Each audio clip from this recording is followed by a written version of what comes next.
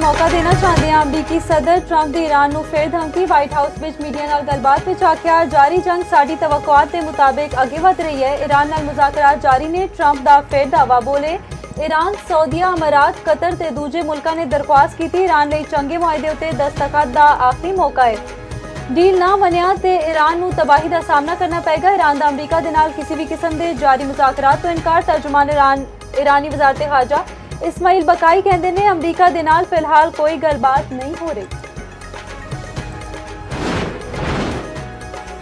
वफाकी हुकूमत की पुठी गिनती शुरू हो चुकी chairman people's party Bilawal Bhutto सरदारी दी नून लीग नूं वार्निंग आख्या आजाद कश्मीर इलैक्शन के नताइज नूं मुस्तरद कर दिता ये साफ ते शफाफ नहीं धांधली ज़दा ते कातिल इलैक्शन सन साड़ी तहरीक कश्मीर ते गिलगित बल्तिस्तान तक महदूद नहीं रहेगी पूरे मुल्क तक अपनी तहरीक नूं फैलावांगे पूंछ वालियों अपनी तैयारी कर लो बिलावल भुट्टो दा बाग विच जलसे दा भी ऐलान दूजे पासे वज़ीर इत्तलात पंजाब उस्मा बुखारी दा बिलावल दे बयान उत्ते तंजिया एक्स पैगाम भी सामने आ गया लिखिया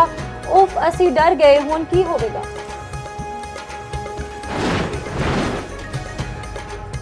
आजाद कश्मीर इलैक्शन के दूजे मरहले विच शेर दी धाड़ नून लीग 14 ते पीपल्स पार्टी 5 सीटां उत्ते फाते मुहाजिरीन दियां 12 विचों 10 सीटां नून लीग ते ना पीपल्स पार्टी 2 ते कामयाब मुजफ्फराबाद डिवीजन दियां 9 विचों 4 सीटां उत्ते नून लीग 3 उत्ते पीपल्स पार्टी कामयाब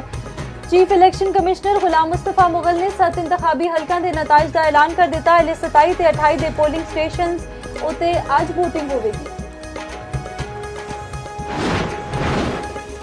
आजाद कश्मीर इलैक्शन उत्ते नून लीग ते पीपल्स पार्टी विच लफसी जंग सीनियर वजीर सिंध शर्जील इनाम मेमन दा आखना सी पीपल्स पार्टी उम्मीदवारां नूं हरान लई भरपूर धांधली की गई लग रहा सी इलैक्शन कमिशन नून लीग दी बी टीम है वफाकी वजीर इत्तलात अता तारण ने आख्या शर्जील मेमन वालों बेबुनियाद इल्जाम लाए गए नताइज नूं खुले दिल नाल तस्लीम करो ते अगे वधो।